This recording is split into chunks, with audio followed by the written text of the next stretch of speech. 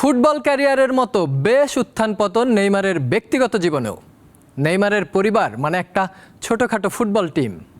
Neymar নিজে, সঙ্গে বান্ধবী ব্রুনা, আরও আছেন তাদের সন্তান দাভি, মাভি, হেলেনা এবং ব্রুনার গর্ভে অপেক্ষমান আরও একজন।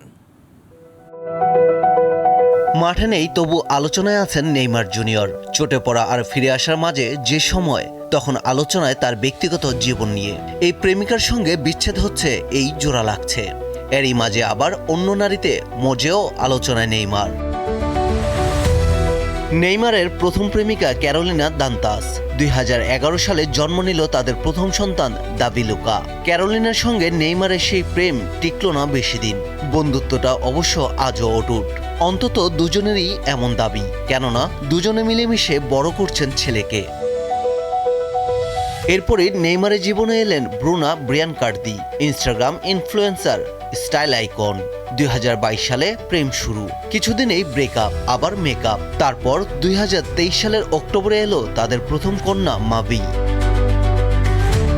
মাঠে যেমন মাঝে মধ্যে ফাউল করে বসেন, তেমনি জীবনের মাঠেও একটু গোল পাকিয়ে ফেললেন নেইমার। 2023 সালের নভেম্বরে ব্রুনা আর নেইমারের বিচ্ছেদ হয়। তবে আবারও তারা এক হন 2024 সালের শেষে, কারণ আসছে আরেকটি মেয়ে সন্তান, নেইমারের চতুর্থ সন্তান, দ্বিতীয় কন্যা। চতুর্থ সন্তান শুনে হয়তো ভাবছেন তৃতীয় জন হলো কবে। 2024 সালের মাঝামাঝি এক ব্রাজিলিয়ান মডেল ইনফ্লুয়েন্সার অ্যামান্ডা কিম্বার্লির কোলে এসেছে নেইমারের আরেক কন্যা হেলেনা।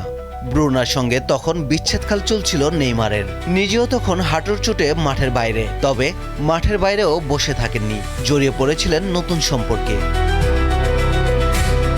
অ্যামান্ডার সঙ্গেও এখন কোনো সম্পর্ক নেই নেইমারের, এমনকি সোশ্যাল মিডিয়াতেও একে অন্যের অনুসরণ করেন না। তবে হেলেনার বাবার দায়িত্ব পালনে কোনো কমতি রাখছেন না নেইমার। পারভেজ খোকন, দীপ্ত স্পোর্টস।